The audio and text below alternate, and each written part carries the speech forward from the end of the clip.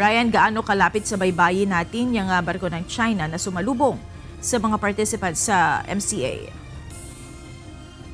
Monica, 30 nautical miles ba lamang mula sa baybayin ng Zambales ay nakaabang na itong People's Liberation Army Navy 163, isa itong Luoyang class destroyer ng China.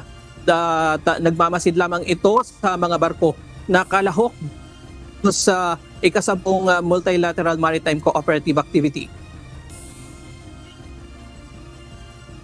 Katunayan, tanaw pa ang mga bundok sa Zambales mula sa BRP Jose Rizal. Agad ni radio challenge ng Philippine Navy ang barko, subalit hindi ito sumagot sa challenge. Yes, we have challenged them 3 times and di po sila nag-response. So we will monitor still, as of now we are continue to monitor them. Pero ayon sa Philippine Navy, hindi naman ito nakaapekto sa ginawang mga pagsasanay.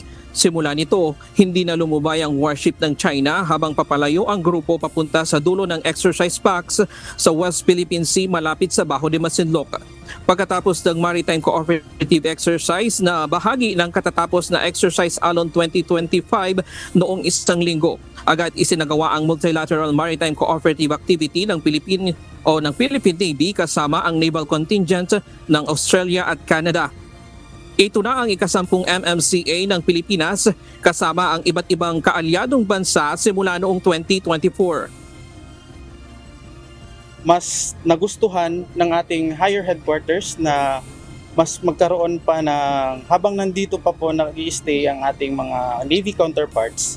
So they are happy with the result of the exercise Alon, and we have to extend the engagement with them to enhance the capability, lalong-lalo na po ngayon na pinapalakas po natin ang ating armed forces. Highlight sa unang araw ng pagsasanay ang vertical replenishment kung saan bumaba ang mga tauhan ng Canadian Navy mula sa kanilang chopper na CH-148 papunta dito sa BRP Jose Rizal ng Pilipinas. Ang kinandak po natin ngayon ay to transfer not just a solid transfer but also personnel exchange. So makikita po natin kanina na our ship is a combat ready and we are ready po sa lahat ng anumang magiging pagsubok natin sa dagat. We are ready to receive. Kailangan ang mga ganitong pagsasanay sa pagsasagawa ng mabilisang paglikas ng mga tauhan sa gitna ng dagat. Halimbawa nito ay ang medical evacuation. Ipinapakita nito kung gaano kahanda ang mga tauhan ng isang barko sa mga ganitong uri ng senaryo sa karagatan. Sa ikalawang araw ng pagsasanay, 2 na ang warship ng China na nagmamasid sa ginagawang pagsasanay. So the anti-submarine warfare exercise is a growing capability ng ating armed forces, and ito po yung isa sa mga pinapalakas natin ngayon. And anti-submarine warfare exercise is na-exercise po natin ng ating mga personnel kung how to detect, localize, and recognize underwater threats. So hindi po natin yun nakikita, so dapat po talaga magaling po tayo sa larangan na yun.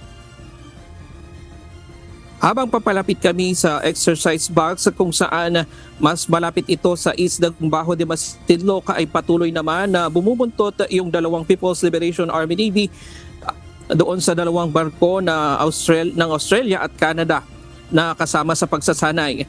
Kapilang dito ang Luoyang class destroyer 163 na sumusunod sa simula pa sa unang araw at ang Jiangkai class frigate 568.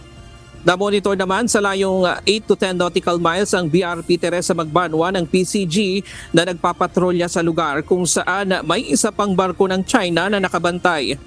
Ngayong araw, nagsagawa ng personnel exchange ang BRP Jose Rizal at HMAS Brisbane ng Australia gamit ang rigid hull inflatable boat para sa isinasagawang anti-submarine warfare mula umaga hanggang tanghali.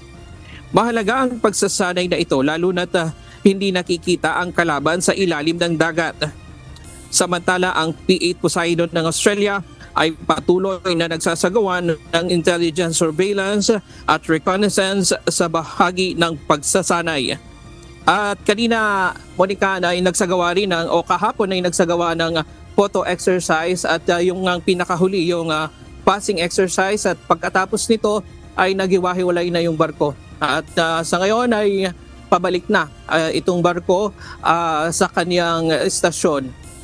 Diyan muna ang latest mula dito sa West Philippine Sea. Balik sa'yo, Monica. Maraming salamat, Ryan Lacalale.